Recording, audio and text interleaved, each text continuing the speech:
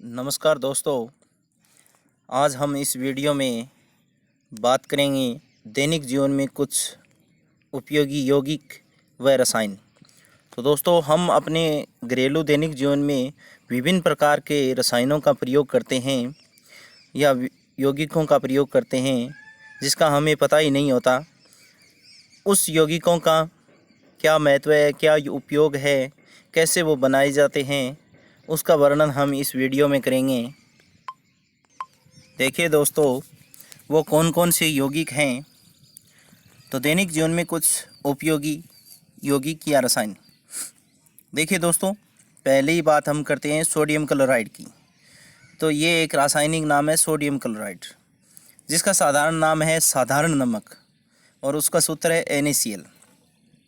जी हाँ दोस्तों, हम जो खाना खाते हैं उस खाने में जो नमक मिलाते हैं हम उसी का जिक्र कर रहे हैं हम यहाँ पर, जिसका नाम क्या है सोडियम क्लोराइड, और सामान्य भाषा में हम कहते हैं नमक, जिसका सूत्र है NaCl।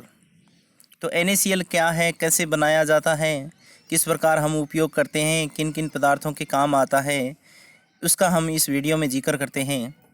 तो देखिए दोस्तों, सोडियम क्लोराइड जो होता है वो औद्योगिक तौर पर समुद्र के जल या खारे पानी को बड़ी बड़ी क्यारियों में रोक लिया जाता है, और उसके बाद जो उस लवण में पानी होता है वो तो वाष्प बन के उड़ जाता है या फिर भूमि द्वारा सोख लिया जाता है, और उसके बाद जो बचता है वो सोडियम क्लोराइड होता है।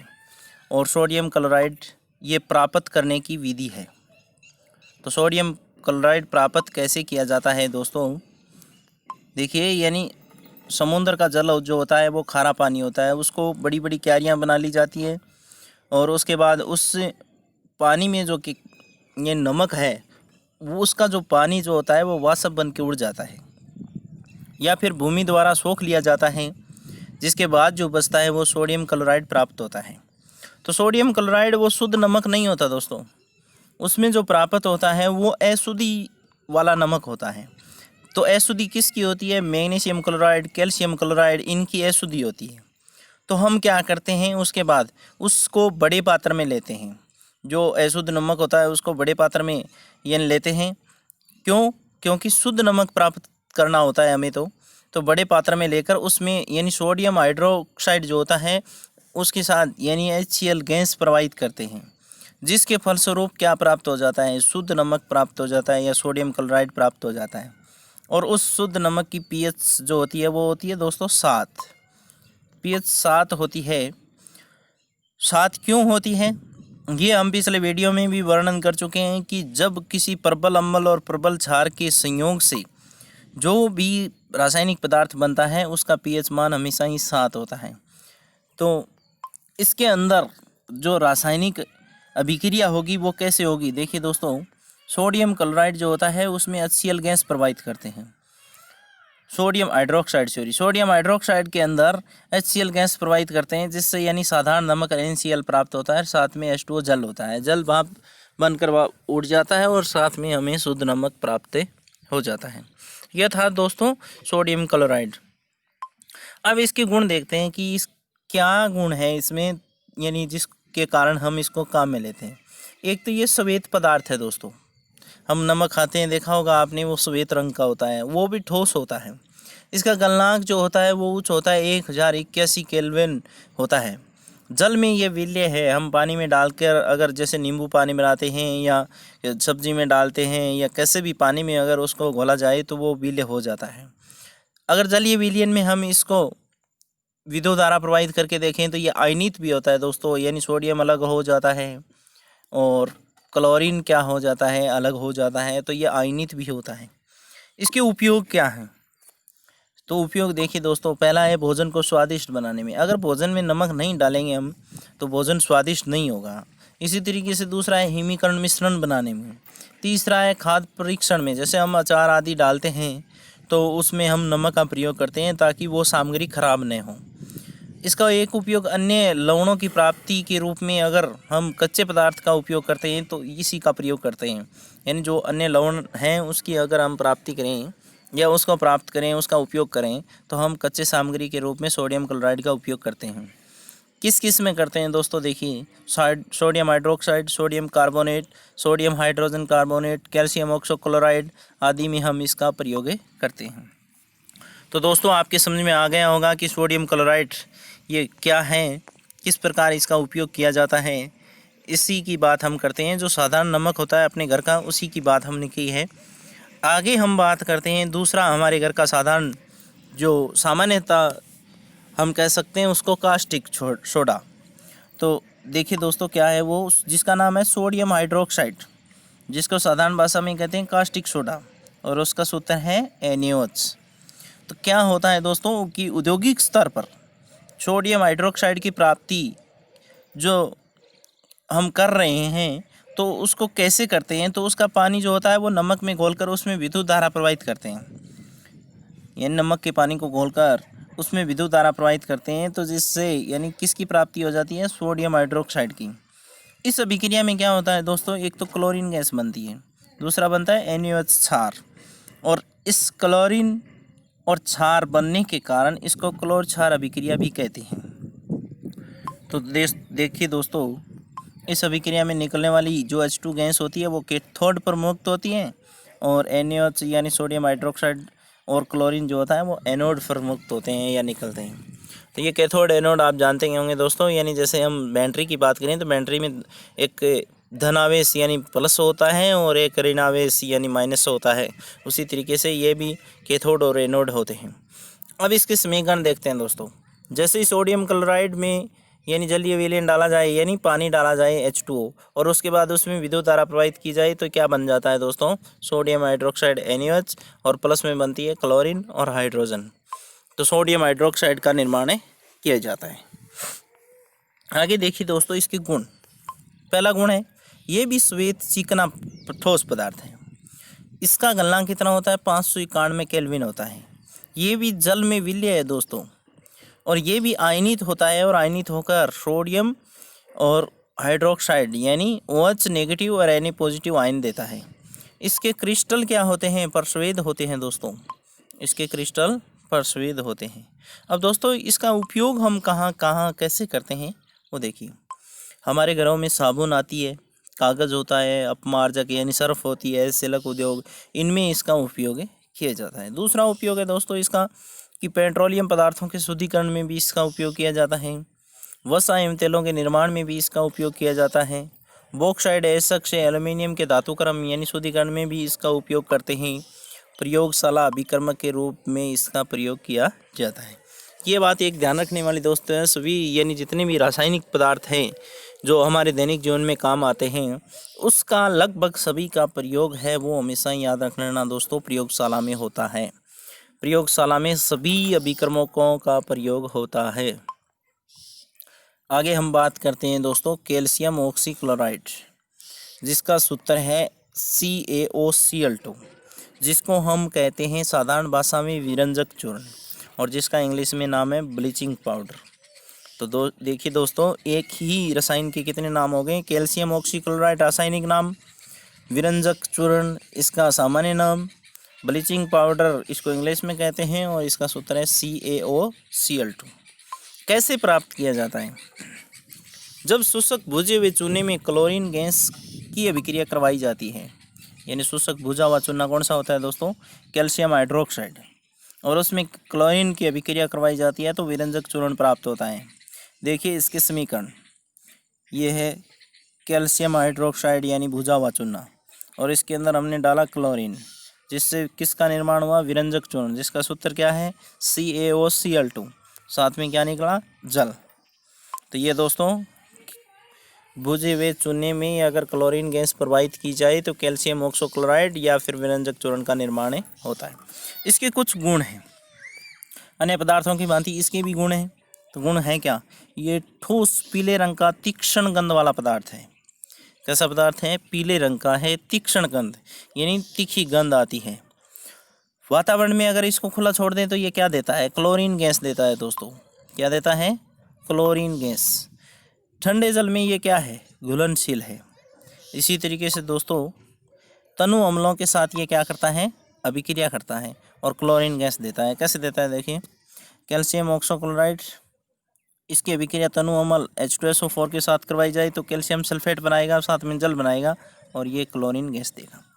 इसी तरीके से ये कैल्शियम ऑक्सोक्लोराइड जो होता है उससे अगर गैस मुक्त होती है वो क्लोरीन, इसको अगर हम किस में प्रवाहित करें, H2O में प्रवाहित करें या उससे संयोग कराएं इसका, तो ये नवजात परमाणु में ऑक्सीजन देता है, या यूँ कहें कि ऑक्सीजन का परमाणु प्राप्त होता है। जैसे H2O, क्लोरीन और बने क्या HCl और साथ में परमाणु ऑक्सीजन। अब इसके उपयोग देखिए दोस्तों, उन्हीं पदार्थों की भांति इसका उपयोग कागज़ उद्योग में, वस्त्र उद्योग में विरंजक के रूप में किया जाता है। यानी कागज़ और वस्त्र उद्योग है उसके विरंजक के रूप में इसका उपयोग किया जाता है। पेयजल को यानी पीने वाले पानी को शुद्ध करने में भी इसका उपयोग किया जाता है। इसी तरीके से रोगाणुनाशक या ऑक्सीकारक के रूप में भी इसका उपयोग किया जाता है। और यह आ गई बात दोस्तों, प्रयोगशाला अभिकर्मक के रूप में लगभग सभी रसायनों का उपयोग किया जाता है। ये एक सबसे बड़ा उपयोग है जो सभी पदार्थों के रूप में उपयोग होता है, यानी सभी पदार्थों का उपयोग प्रयोगशाला में होता है। आगे हम बात करते हैं दोस्तों सोडियम हाइड्रोजन कार्बोनेट। तो सोडियम हाइड्रोजन कार्बोनेट जो होता है उसका दूसरा नाम है सोडियम बाइकार्बोनेट। सामान्य अपनी भाषा में हम इसको कहते हैं बेकिंग सोडा, यानी खाने वाला सोडा, जिसका दूसरा नाम मीठा सोडा भी है। और उसका सूत्र क्या है, NaHCO3। क्या है दोस्तों, NaHCO3। तो इसका रासायनिक नाम हो गया सोडियम हाइड्रोजन कार्बोनेट या सोडियम बाइकार्बोनेट। साधारण नाम हो गए बेकिंग सोडा, खाने का सोडा या मीठा सोडा। और इसका सूत्र है NaHCO3। इसको कैसे प्राप्त किया जाता है, तो नमक के जलीय विलयन में यानी सोडियम क्लोराइड के जलीय विलयन में अगर हम अमोनिया और कार्बन डाइऑक्साइड प्रवाहित करें जिससे सोडियम हाइड्रोजन कार्बोनेट की प्राप्ति होती है। यानी नमक के जलीय विलयन में अगर अमोनिया और कार्बन डाइऑक्साइड गैस प्रवाहित करें तो किसकी प्राप्ति होती है, सोडियम हाइड्रोजन कार्बोनेट की। साथ में सह उत्पाद के रूप में क्या बनता है दोस्तों, अमोनिया क्लोराइड, जिसको हम सामान्य भाषा में नौसादर कहते हैं। तो इसके समीकरण क्या है, देखिए ये सोडियम क्लोराइड हो गया, ये H2 जल हो गया, ये CO2 कार्बन डाइऑक्साइड गैस हो गई और ये अमोनिया गैस हो गई। अगर जैसे ही इस मिश्रण के अंदर प्राप्त होने वाला जो रासायनिक पदार्थ है वो है NaHCO3 यानी सोडियम हाइड्रोजन कार्बोनेट। साथ में सह उत्पाद बनता है अमोनिया क्लोराइड। आगे देखिए विशेष बात, सोडियम कार्बोनेट के विलयन में कार्बन डाइऑक्साइड गैस प्रवाहित करें तो बेकिंग सोडा बनाया जाता है। और बेकिंग सोडा सामान्यतः, ये दूसरी बात है कि सोडियम कार्बोनेट के अंदर कार्बन डाइऑक्साइड और H2O प्रवाहित करें तो किसका निर्माण होता है, NaHCO3 का, जिसका नाम क्या है, सोडियम हाइड्रोजन कार्बोनेट। अब आगे देखिए दोस्तों इसके गुण। यह श्वेत क्रिस्टलीय ठोस होता है। क्या होता है, ये श्वेत क्रिस्टलीय ठोस होता है। ये क्या है, जल में अलफ विलेय यानी कम विलेय होता है। इसका अगला उपयोग है दोस्तों, जलीय विलयन में इसकी प्रकृति क्षारीय होती है। यह गर्म करने पर कार्बन डाइऑक्साइड गैस देता है। तो ये इसके गुण हैं दोस्तों। अब उपयोग देखिए, इसके सामान्य उपयोग क्या है। इसका उपयोग पेट की अम्लता को दूर करने के लिए यानी एंटीसिड के रूप में या प्रति अम्ल के रूप में इसका प्रयोग किया जाता है। देखिए दोस्तों, सोडियम हाइड्रोजन कार्बोनेट का उपयोग किस में करते हैं, जैसे पेट में आपने सुना होगा कि जलन हो रही है, एसिडिटी बन गई, गैस बन गई, तो उसको रोकने के लिए एंटीसिड के रूप में इसका प्रयोग किया जाता है। अगला उपयोग है दोस्तों, अग्निशामक यंत्र में भी इसका उपयोग किया जाता है। अगला उपयोग, सोडा वाटर, शीतल पेय पदार्थ बनाने में भी इसका उपयोग किया जाता है। अगला है मंद प्रतिरोधी पदार्थ के रूप में, एंटीसेप्टिक बनाने के रूप में भी इसका प्रयोग किया जाता है। अगला है खाद्य पदार्थ यानी बेकिंग पाउडर के रूप में भी इसका प्रयोग किया जाता है। और इस क्रिया में क्या निकलती है दोस्तों, CO2 गैस निकलती है, जिसके कारण ये फूल जाते हैं। और अगला वही उपयोग आ गया दोस्तों, प्रयोगशाला अभिकर्मक के रूप में, यानी लगभग सभी रसायनों का प्रयोग प्रयोगशाला में किया जाता है। आगे देखिए दोस्तों, एक मुख्य बात हम जानते हैं इसको कि जब केक, पाव, रोटी, एटसेट्रा यानी इत्यादि को अगर बनाते समय इसमें थोड़ा सा क्या डाल दें, बेकिंग सोडा डाल दें, तो ये क्या हो जाता है, गर्म हो जाता है और कार्बन डाइऑक्साइड गैस निकलने लगती है। कार्बन डाइऑक्साइड गैस थोड़ी भारी होती है दोस्तों, अगर वो बाहर निकल जाएगी तो खाद्य पदार्थ जो होता है वो फूल कर क्या हो जाएगा, हल्का हो जाएगा और उसमें क्या बन जाएंगे, छोटे छोटे छिद्र। तो फूलने से वो हल्का हो जाएगा और साथ में छोटे छिद्र बन जाएंगे। आगे हम बात करते हैं सोडियम कार्बोनेट की, जिसको हम कहते हैं सामान्यतः वॉशिंग सोडा या कपड़े धोने का सोडा या धावन सोडा। और जिसका सूत्र क्या है दोस्तों, सूत्र है Na2CO3.10H2। होता क्या है, बेकिंग सोडे को गर्म करके सोडियम कार्बोनेट प्राप्त किया जाता है। तो ये पिछले में हमने देखा है कि बेकिंग सोडे को जैसे ही गर्म किया जाता है तो किसका निर्माण होता है, सोडियम कार्बोनेट का निर्माण होता है। इस सोडियम कार्बोनेट को जैसे ही हम ठंडा करते हैं और इसमें थोड़ा सा पानी डालकर क्रिस्टलीकरण करते हैं तो जिससे अपने को किसका निर्माण हो जाता है, धावन सोडे का निर्माण या धावन सोडा अपने को प्राप्त हो जाता है। और जिसका रासायनिक नाम क्या है दोस्तों, सोडियम कार्बोनेट। कैसे होता है देखिए, यह है बेकिंग सोडा दोस्तों। NaCO3 को जैसे ही गर्म करते हैं तो क्या प्राप्त होता है, सोडियम कार्बोनेट, और H2O जल और CO2 प्राप्त होती है, यानी ये CO2 और साथ में H2O प्राप्त होते हैं। अब यहाँ पर दोस्तों एक मुख्य बात ध्यान रखने वाली है, पिछले वीडियो में यानी मैं चर्चा कर चुका हूँ क्रिस्टलन का जल, तो इसमें यानी निश्चित 10 H2O के अणु हैं। तो जैसे ही निश्चित 10 H2O के अणु इसके साथ जोड़े जाते हैं, इसका क्रिस्टलन करवाया जाता है तो किसका निर्माण हो जाता है, धावन सोडे का, यानी Na2CO3.10H2O, जिसका सामान्य नाम धावन सोडा है और इसको रासायनिक भाषा में सोडियम कार्बोनेट कहते हैं। एक विधि और है दोस्तों, वॉशिंग सोडे को प्राप्त करने की विधि एक और है, जिसका नाम है क्या है, साल्वी विधि। तो साल्वी विधि द्वारा भी वॉशिंग सोडा प्राप्त किया जाता है। आगे बात करते हैं हम दोस्तों धावन सोडे के गुण की। इसका गुण क्या है, तो यह श्वेत ठोस क्रिस्टलीय पदार्थ है, ये जल में भी विलीय है और ये जलीय विलयन में क्या देता है, ये जलीय विलयन में क्षारीय प्रकृति दर्शाता है। इसका जलीय विलयन क्या होता है, क्षारीय होता है।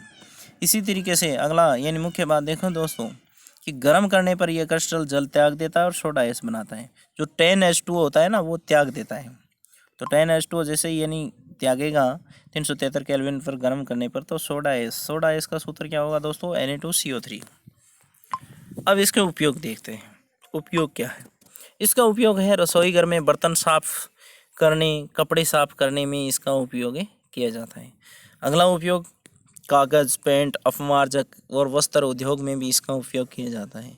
इसी तरीके से caustic soda, baking powder, borax powder आदि बनाने में भी इसका उपयोग करते हैं। और लास्ट बात वही दोस्तों कि प्रयोगशाला अभिकर्मक के रूप में भी इसका भी प्रयोग किया जाता है। आगे बात करते हैं हम दोस्तों plaster of Paris. Plaster of Paris जिसका यानी रासायनिक नाम है कैल्शियम सल्फेट का अर्धहाइड्रेट या कैल्शियम सल्फेट का हेमीहाइड्रेट, और जिसका सूत्र है दोस्तों CaSO4.1/2H2, यानी अर्धहाइड्रेट का मतलब आधा H2O का अणु। कैसे प्राप्त किया जाता है इसको, जिप्सम को जैसे ही 373 केल्विन या 100 डिग्री सेंटीग्रेड पर गर्म करते हैं तो POP यानी प्लास्टर ऑफ पेरिस की प्राप्ति होती है। POP की फुल फॉर्म क्या है दोस्तों, प्लास्टर ऑफ पेरिस। कैसे प्राप्त किया जाता है इसको देखते हैं। CaSO4.2H2O ये होता है दोस्तों जिप्सम का सूत्र। जैसे ही इसको गर्म करते हैं तो किसकी प्राप्ति होती है, POP की, जिसका सूत्र क्या है CaSO4.1/2H2O। तो यहाँ पर डेड H2O यानी डेड H2O बाहर निकल जाएंगे और बचेगा जो POP होगा। इसके गुण क्या हैं दोस्तों, देखा होगा आपने POP, ये जो चुनने वाली फैक्ट्रियाँ आती है ना, इसमें जो प्लास्टर तैयार होता है हम प्लास्टर ही बोलते हैं, वही होता है प्लास्टर POP।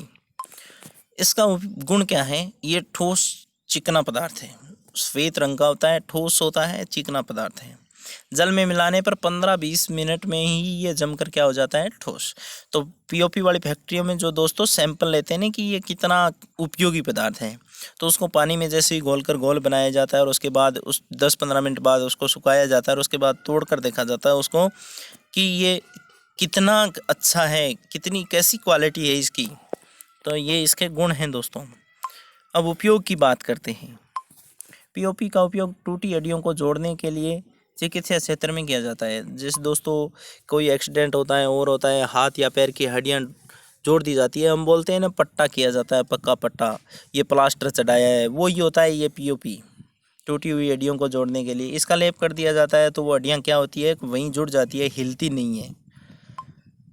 और इसका उपयोग दंत चिकित्सा और भवन निर्माण में भी करते हैं। दांतों की परत भी ये बनाई जाती है, दांत भी इसके बनाए जाते हैं। और साथ में दोस्तों हम मकान बनाते हैं, भवन निर्माण में भी इसका उपयोग किया जाता है। चूने के मकान पुराने समय में बनाए जाते थे। आजकल जो मकान हैं वो तो यानी मिट्टी से बनी हुई ईंटों के बनाए जाते हैं, लेकिन पुराने समय में ज़्यादातर मकान जो होते हैं वो सब के सब चूने के बने हुए होते थे। अगला उपयोग है दोस्तों, इसका उपयोग सुंदर व सजावटी खिलौने व मूर्तियाँ बनाने में भी किया जाता है। जैसे आपने नाम सुना होगा चीनी मिट्टी की प्याली, या कहीं मेले में हम जाते हैं वहाँ पर मूर्तियाँ आदि बनी होती है, खिलौने बने होते हैं मिट्टी के, तो उस मिट्टी के खिलौनों के साथ साथ इसका भी प्रयोग होता है। इसका भी प्रयोग खिलौने आदि बनाने में किया जाता है। आगे बात करते हैं हम दोस्तों, पीओपी का उपयोग अग्निशय के पदार्थ के रूप में किया जाता है। अग्निशय पदार्थ के रूप में भी इसका उपयोग किया जाता है। मुख्य बात क्या है देखो दोस्तों, नोट्स लगा के लिखा है मैंने। कैल्शियम सल्फेट के साथ जल का आधा अणु जुड़ा होता है। कैल्शियम सल्फेट का अर्ध हाइड्रेट या कैल्शियम सल्फेट का हेमीहाइड्रेट कहलाता है। आधा अणु जुड़ना क्या होता है, अर्ध हाइड्रेट, अर्ध को हम बोलते हैं हेमीहाइड्रेट। ये बात ध्यान में रखने वाली दोस्तों। अब इसका नाम पीओपी कैसा रखा गया, वो भी एक प्रश्न बनता है। कैसे बनता है दोस्तों, कि इसकी खोज कहाँ हुई, फ्रांस की राजधानी पेरिस में। पेरिस का नाम इसमें जुड़ गया। और इसका उपयोग किस में किया गया, हड्डियों को जोड़ने के लिए, तो उसका नाम था प्लास्टर, कि प्लास्टर चढ़ाया गया है, तब इसका नाम रखा गया पीओपी यानी प्लास्टर ऑफ पेरिस। पेरिस में यानी फ्रांस की राजधानी पेरिस में तो इसको बनाया गया, इसकी खोज हुई और प्लास्टर इसका नाम है, प्लास्टर चढ़ाते हैं तो इसका नाम क्या बन गया, पीओपी, यानी इसका क्या कहते हैं, प्लास्टर ऑफ पेरिस या पीओपी कहते हैं। तो पीओपी प्लास्टर ऑफ पेरिस ही होता है दोस्तों। आगे हम बात करते हैं जिप्सम की। जिप्सम का सूत्र क्या है, CaSO4.2H2। तो इसमें भी क्रिस्टलन का जल है, जिसको 2H2 हम यानी फिक्स जो होता है या निश्चित जो होता है, तो वो जल जो होता है वो क्या कहलाता है, क्रिस्टलन का जल। तो प्लास्टर ऑफ पेरिस में यानी जल मिलाने पर 15-20 मिनट में जमकर ठोस पदार्थ या कठोर पदार्थ जो बनता है उसे हम कहते हैं जिप्सम दोस्तों। उसे हम क्या कहते हैं, जिप्सम। कैसे बनता है देखिए, कि पीओपी जो होता है प्लास्टर ऑफ पेरिस, जिसका सूत्र क्या है, CaSO4.1/2H2। और उसमें जैसे ही 3H2O या 1.5H2O मिलाओ जाए, 1.5H2O के अणु या 3H2O के अणु अगर मिलाए जाएं तो क्या बनेगा, जिप्सम बनेगा, जिसका सूत्र क्या बन जाएगा दोस्तों, CaSO4.2H2। तो ये होता है जिप्सम। जिप्सम के उपयोग क्या हैं, उसके गुण क्या हैं, देखिए दोस्तों। जिप्सम की प्रकृति सामान्यतः हल्की क्षारीय होती है। सामान्यतः इसका प्रयोग हम खेत में मिट्टी की अम्लीयता को दूर करने के लिए करते हैं, कि मिट्टी अम्लीय हो गई, जैसे ही जिप्सम खेत में डालेंगे वो क्षारीय प्रकृति का होगा। और अम्लीय और क्षारीय प्रकृति, समझ गए आप दोस्तों बात को, कि अम्ल और क्षार आपस में अपने गुण खो देते हैं और उदासीन बना लेते हैं। तो उदासीन बनाना ही अपना मुख्य उद्देश्य होता है। आगे देखिए दोस्तों क्या है, जिप्सम एक श्वेत ठोस पदार्थ होता है। ये आपने देखा ही होगा, चूना जो होता है, चूना पत्थर जिसको कहते हैं हम, वो एक श्वेत ठोस पदार्थ होता है। इसका उपयोग कैसे किया जाता है, क्या उपयोग है इसके, देखिए दोस्तों। मिट्टी की अम्लीयता को दूर करने में, किसान द्वारा अच्छी फसल प्राप्त करने के लिए इसका उपयोग किया जाता है। 100 डिग्री सेंटीग्रेड पर इसको गर्म करके पीओपी प्राप्त किया जाता है। इसका उपयोग भवन निर्माण में होता है। तो ये इसके उपयोग है दोस्तों। आज की वीडियो में इतना ही। ये थे दैनिक जीवन में जो काम आने वाले रसायन या यौगिक हैं वो। अगर वीडियो अच्छा लगा दोस्तों तो इसको लाइक कीजिए। अभी तक आपने सब्सक्राइब नहीं किया है तो वीडियो को सब्सक्राइब कीजिए, ताकि और साथ में बेल आइकन को भी दबाइए, ताकि आगे आने वाली वीडियो आपको जल्दी प्राप्त हो सके।